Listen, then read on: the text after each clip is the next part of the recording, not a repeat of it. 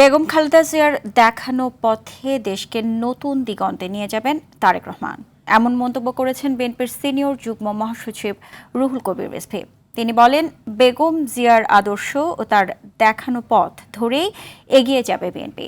সকালে রাজধানীর জিয়া উদ্যানে শহীদ রাষ্ট্রপতি জিয়াউর রহমান ও বেগম খালেদা জিয়ার সমাধিতে মহিলা দলের নেত্রীদের সঙ্গে শ্রদ্ধা জানানো শেষে এসব কথা বলেন তিনি।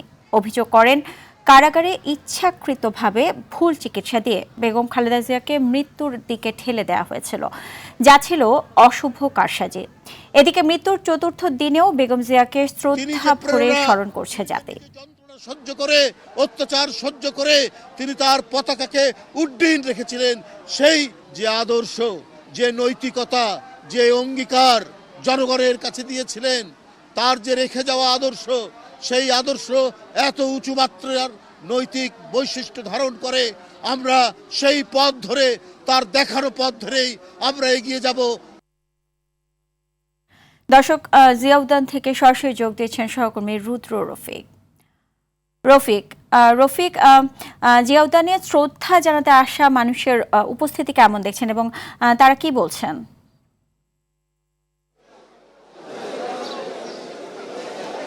সুজানা, কনকনে শীত এবং কুয়াশাকে উপেক্ষা করে কিন্তু ভোর থেকেই শহীদ প্রেসিডেন্ট জিয়াউর রহমান এবং বেগম খালেদা জিয়ার সমাধিস্থলে সাধারণ মানুষ আসতে থাকেন, সাধারণ নেতাকর্মীরা আসতে থাকেন, বিভিন্ন পর্যায়ের দায়িত্বশীল নেতারাও কিন্তু এসেছেন। আমরা নেতাকর্মীদের সঙ্গে কথা বলেছি, তারা আসলে যেটি বলছেন, বেগম খালেদা জিয়া আসলে তাদের একটি আবেগের জায়গা। তিনি চলে গেছেন 4 দিন হলো।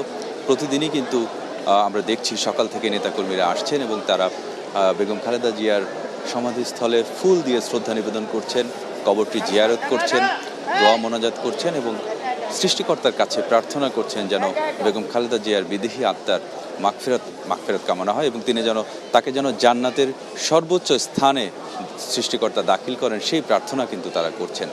নেতাকর্মীরা বলছেন, বেগম খালেদা জিয়ার চলে যাওয়া আসলে একটি অপূরণীয় ক্ষতি।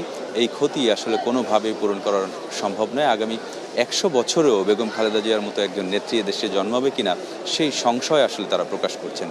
শুধু যে দলীয় নেতাকর্মী আসছেন তা কিন্তু নয়, বিভিন্ন শ্রেণী পেশার মানুষ আসছেন, ছোট ছোট শিশুরা আসছেন। আপনি নিশ্চয়ই ক্যামেরার চোখে দেখতে পাচ্ছেন, একেবারে 5 থেকে 7 বছর বয়সী শিশুরাও কিন্তু এই শীতের মধ্যে এসেছেন। তারা আসলে কখনো বেগম খালেদা জিয়া কিন্তু নিজ চোখে দেখেননি। তারা তাদের বাবা মায়ের কাছে খালেদা জিয়ার গল্পগুলো শুনেছেন, সেই গল্পগুলো শুনেই বেগম খালেদা জিয়ার কবরটি একবার দেখার জন্য তারা এসেছেন। এছাড়া আপনাকে একটু জানিয়ে রাখি, নেতাকর্মীরা যেটি বলছেন, বেগম খালেদা জিয়ার চলে যাওয়ায় আসলে দেশের যে ক্ষতি হয়েছে সেই ক্ষতিকে মোকাবেলা করার জন্য, সেই ক্ষতিকে পুষিয়ে নেওয়ার জন্য তারা তারেক রহমানের হাতকে শক্তিশালী করার প্রত্যয় ব্যক্ত করছেন এবং তারা প্রত্যাশা করছেন বেগম খালেদা জিয়ার যে আদর্শ, সেই আদর্শ ধারণ করেই তারেক রহমান আগামী দিনে একটি সুখী সমৃদ্ধ বাংলাদেশ বিনির্মাণ করবেন, সেই প্রত্যাশা কিন্তু নেতাকর্মীরা করছেন। আমরা জানি যে ইতোমধ্যেই সকালে দলের সিনিয়র যুগ্ম মহাসচিব রুহুল কবির রিজভী তিনি এসেছিলেন এবং তিনি অভিযোগ করেছেন যে বেগম খালেদা জিয়াকে আসলে ধীরে ধীরে কারাগারে তাকে বিনা চিকিৎসায়, আসলে ভুল চিকিৎসায় তাকে মৃত্যুর দিকে ঠেলে দেওয়া হয়েছিল বলে রুহুল কবির রিজভী আসলে অভিযোগ করেছেন। তো সব মিলিয়ে সকাল থেকেই নেতাকর্মীরা আসছেন, সাধারণ মানুষ আসছেন এবং বেলা বাড়ার সঙ্গে সঙ্গে এই সংখ্যাটা কিন্তু আরও বাড়বে বলে আমরা ধারণা করছি। সুজানা। জি রফিক, আপনাকে অসংখ্য ধন্যবাদ।